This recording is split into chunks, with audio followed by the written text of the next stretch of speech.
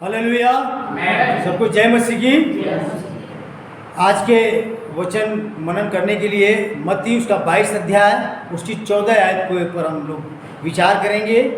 क्योंकि बुलाए हुए तो बहुत हैं परंतु चुने हुए, समझ में आया? बुलाए हुए बहुत हैं पर चुने हुए थोड़े हैं। जैसे कि फौज में भर्ती होने के लिए, किसी कंपनी में भर्ती होने के लिए बहुत से एप्लीकेशन डाले जाते हैं। अभी आपने पिछले दिनों में देखा, नीट एग्ज़ाम के लिए, पुलिस एग्ज़ाम के लिए और एग्ज़ाम के लिए कितने एप्लीकेशन जाता है। भर्ती कितने की है? 1000। एप्लीकेशन कितना होता है? 10 लाख। अब आप सोचिए, बुलाए जाते हैं, बुलाए हुए लोग हैं, लेकिन उनमें से चुने हुए थोड़े हैं। चंगाई लोगों के जीवन में, बहुतों के जीवन में हुई है। बहुतों ने आश्चर्य कर्म को देखा है अपने परिवार में। अगर जरूरी नहीं है कि एक के जीवन में काम हुआ है तो 4 लोगों ने देखा नहीं है। परिवार में 4 10 हो, सबने देखा कि हाँ, मेरे मम्मी के या मेरे पापा या मेरे भाई के, मेरे किसी भी परिवार के सदस्य में कुछ प्रॉब्लम था या मेरे घर में कुछ प्रॉब्लम था, और सबकी आंखें देखी हैं। सबकी आंखें देखी हैं। परमेश्वर ने कहा ये बुलाहट, ये वो बुलाहट नहीं है जो आपको गवर्नमेंट वाली नौकरी है, बल्कि ये वो बुलाहट है जो तुम्हें उद्धार देने वाली है। हालेलुया। तुम्हें मुक्ति देने वाली है, छुटकारा देने वाली है, तुम्हारे बंधन तोड़ने वाली बुलाहट है। और परिवारों के बंधन को प्रभु ने तोड़ दिया है। उसका लहू तुम्हारे पापों को क्षमा कर दिया है। सोचिए, ये ऐसी बुलाहट है। और जो लोग बुलाए गए उनमें से थोड़ा परमेश्वर ने क्यों चुना? क्योंकि वो जानता है कि कुछ लोग ऐसे होंगे जो स्वार्थी लोग होंगे। जैसे कि आप लूका 17:17 में पढ़ेंगे तो वहाँ 10 कोढ़ियों के बारे में लिखा हुआ है। 10 कोढ़ी लोगों के बारे में। प्रभु सबको चंगा कर दिया, लेकिन वापस आया कौन? एक बंदा आया। समझ में आया? आज परमेश्वर क्या कर रहा है? कितनों ने आश्चर्य कर्म को देखा।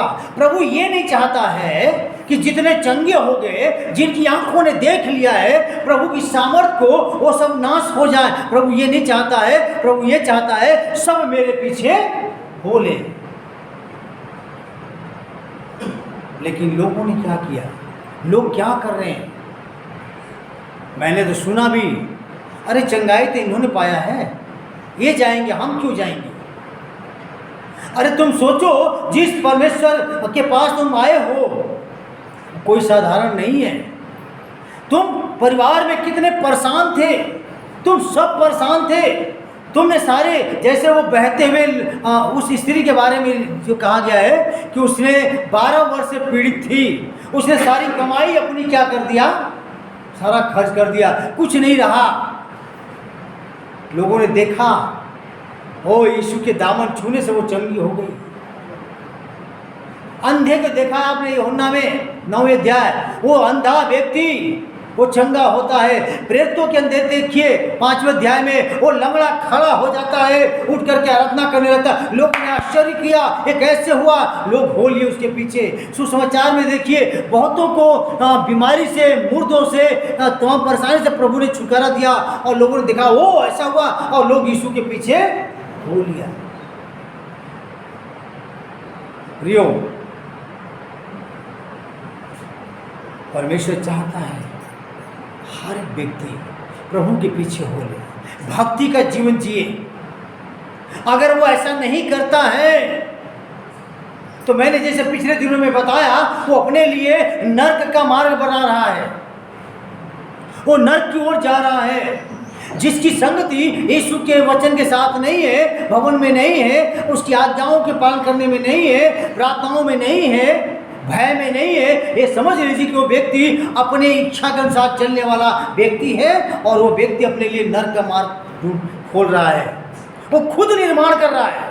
क्या बाइबल कहती है कि जो लोग मेरे मांस और लहू को नहीं खाते हैं वो मेरा जन नहीं है। साफ शब्दों में यूहन्ना 6 में लिखा हुआ है, वो मेरा जन नहीं है।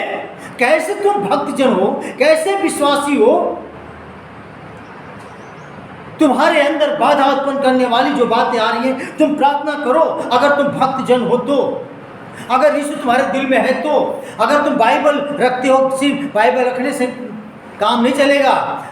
आप यीशु से प्यार करते हैं तो यीशु के से आप प्यार बेहतर तरीके से कीजिए। आज का हमारा विषय है चुने हुओं के विषय में वचन क्या कहता है। और अगर मैं दूसरा शब्द कहूँ, परमेश्वर अपने लिए जिनको चुन लिया उनका महत्व क्या है। हालेलुया, उनका महत्व क्या है। दोनों चीज समझ सकते हैं आप। ध्यान सुनिए, चुने हुओं के विषय में वचन क्या कहता है और जिसे परमेश्वर ने चुन लिया उन लोगों का महत्व क्या है। इसलिए मैंने कहा आप अपने विषय में समझिए, आप कैसे व्यक्ति हैं। आपके पड़ोसी कैसा है, उसका स्वभाव कैसा है, उसका कैसा रंग, वो आप जानते हैं। और आप अपने विषय में जानते होंगे कि मैं कैसा हूँ। आप क्यों नहीं लड़े, क्यों नहीं झगड़े, क्यों नहीं तू में किया, क्यों नहीं गाली गलौज किया, क्यों नहीं? क्योंकि हमारा जीवन बदल चुका है। हालेलुया। सोइए मत, जागते रहिए। हालेलुया, क्योंकि हमारा जीवन बदल चुका है। अगर बदला हुआ जीवन में भी अगर ऐसी बातें नहीं आती है, वो जीवन शैतान ने खराब कर दिया है। आपने शैतान के हाथ में अपने शरीर को, अपनी आत्मा को समर्पित कर दिया है। इसलिए वो तुम में काम करता है और वो जब काम करता है तो तुम उसके जैसे बन गए हो कि तुम परमेश्वर के साथ संगति ना करो। बाइबल कह रही है तुम्हारा जीवन हिरनी के समान होना चाहिए। वो पानी के लिए प्यासी होती है, वो दौड़ती रहती है, हाँफती रहती है। वो कहता है परमेश्वर मैं तेरा प्यासा हूँ। लेखक कहता है जैसे हिरनी पानी के लिए प्यासी होती है वैसे मैं तेरा प्यासा हूँ। हालेलुया। हमारी भूख और प्यास इस प्रकार से होना चाहिए। आप नहीं पढ़ पाते हैं, आप वचन पालन नहीं कर पाते हैं क्योंकि आप वचन से दूर हैं। आप अपने बुलाए जाने को या अपने चुन लिए जाने को, महत्व को नहीं समझ रहे हैं। सारी कलीसिया अगर समझ जाए तो मैं सही बता रहा हूं, एक बेहतर भक्तजन होंगे। उनके जीवन में तमाम आशीषें आएंगी। उनका जीवन भक्त वाला जीवन होगा। उनकी प्रार्थनाएं निरंतर सुनी जाएगी। यहोवा यही चाहता है, परमेश्वर ये चाहता है कि मेरे लोग मेरे पास हों। प्रियो, जैसा कहता है बुलाए में बहुत हैं परंतु उसमें से चुने हुए थोड़े हैं। हालेलुया। आज मैं आपको यहाँ पे 3 बातें बताऊंगा। आप अगर आज सुनते हैं वचन को तो आप जाके सोचिए, मैं मसीह में आया हूँ, मैं बुलाया गया हुआ हूँ सिर्फ, या चुन लिया गया हूँ किसी काम के लिए। जब बुला लिया जाता है लोगों को तो कुछ लोगों को कहा जाता है कि आप इधर आइए, आप इधर आइए, आप इधर आइए, आप इधर आइए। वो अलग हो जाते हैं उनसे ना, उनसे अलग हो जाते हैं। तब उनको बोलते हैं आप इस पोस्ट पे ये काम करवाइए, ये काम कीजिए, आप ये वाला करिए, आप ये करिए, आप ये करिए। कुछ लोगों को क्या बोलते हैं, आप इंतज़ार कीजिए, आप इंतज़ार कीजिए। आप अपने विषय में देखिए, आप लोग कितना महत्वपूर्ण है और आप लोगों के विषय में बाइबल क्या कह रही है। पहली बात, चुने हुए लोग बहुतों के उद्धार, आशीष, छुटकारा, चंगाई का कारण बनते हैं। आइए हम जाते हैं मत्ती 24 के 22 आयत में पढ़ते हैं। इसी पास में ही है, लिखा हुआ है यहाँ पे, और यदि वे दिन घटाए न जाते तो कोई प्राणी न बचता, परंतु चुने हुओं के कारण वे दिन घटाए जाएंगे। हालेलुया। क्या लिखा है कि चुने हुओं के कारण वो दिन घटा दिए गए यीशु के आने का। इसका मतलब है कि आप लोग कितना महत्वपूर्ण हैं। आप सोचिए, आपकी वजह से अभी भी प्रभु नहीं आया ताकि जो लोग अंधकार में हैं वो सब लोग छुटकारा पाएं, वो सब चंगाई पाएं, वो सब उद्धार प्राप्त करें, वो सब प्रभु के साथ रहें। अभी मौका दिया गया है। परमेश्वर ने कहा ठीक है अभी मैं नहीं आ रहा हूँ। जो बचे हुए लोग हैं उनके पास जाओ, सुसमाचार प्रचार करो। जो विश्वास करे उद्धार पाएगा। जो मेरे पास आएगा मैं उसे निकालूंगा नहीं, उसे गले लगाऊंगा। प्रभु इसलिए मौका दे रहा है, लेकिन आपके कारण, हम चुने हुए लोगों के कारण। तो आप कैसे हैं बताइए? क्या आपने आपको आप यूं ही ऐसे समझ रहे हैं? जो लोग नहीं आए कलीसियाओं में वो अपने आप को यूं ही समझ रहे हैं? नहीं, मुझे तो लगता है आप सब के सब, पूरी दुनिया की कलीसिया, जो नई कलीसियाएं हैं, बुलाए हुए लोग, चुने हुए लोग में से बहुत महत्वपूर्ण है। आप दूसरों के लिए छुटकारे का कारण बनेंगे। मैंने बताया जैसे कि आपके घरों में मीटिंग होती है, लोग जानते हैं कि इनके घर में पास्टर आते हैं, लोग कहते हैं हमारे लिए भी प्रार्थना कीजिए, हमारे इसके लिए प्रार्थना कीजिए। कल को प्रभु छुटकारा देगा, उस जगह की प्रार्थना करने के द्वारा लोग उद्धार पाएंगे या नहीं? जब आप अपने घर में नहीं बुलाते हैं, जहाँ प्रभु का वचन प्रचार नहीं होता है, जहाँ महिमा नहीं मिलता है, वहाँ कौन जानेगा? जहाँ ढोल नगाड़ा जब होता है तो लोग नाचने के लिए जमा होते हैं, लोग भीड़ इकट्ठा होता है। जहाँ मांस होता है वहाँ गिद्ध होते हैं। जिस घर में पादरी नहीं गया वो घर सुनसान पड़ा रहेगा। वहाँ से उद्धार नहीं होगा, वहाँ से छुटकारा नहीं मिलेगा, वहाँ से लोगों के लिए आशीष नहीं मिलेगा।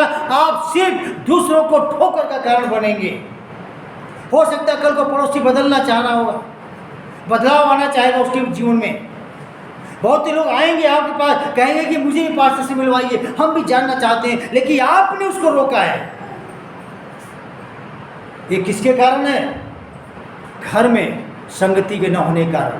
बहुत से लोग विश्वास करने के बाद घर में बैठ जाते हैं, चर्च नहीं आते हैं। लोग कैसे कहेंगे कि भाई चर्च जाते हो, मुझे भी ले चलना, मैं भी आपके साथ चलना चाहता हूँ, अपने साथ ले चलना। एक दो बार जाएंगे, हम बात करेंगे, प्रभु आशीष करेगा, अनुग्रह करेगा, छुटकारा देगा, हम बार बार जाना शुरू कर देंगे। लेकिन वो लोग रुकावट का कारण बनते हैं। जबकि परमेश्वर कहता है कि चुने हुओं के कारण बहुतों का छुटकारा का समय मैंने ठहराया है। तो आप लोग ऐसे नहीं हैं जितने बुलाए गए। इसलिए पहली बात तो सुना आपने, दूसरी बात तो सुनी, चुने लोग कभी ठोकर नहीं खाएंगे और आसानी से स्वर्ग में प्रवेश करेंगे। हालेलुया। हम लोग पढ़ेंगे पहला दूसरा पतरस उसकी 1 अध्याय 10 और 11 आयत को देखिए। यहाँ ऐसा लिखा हुआ है,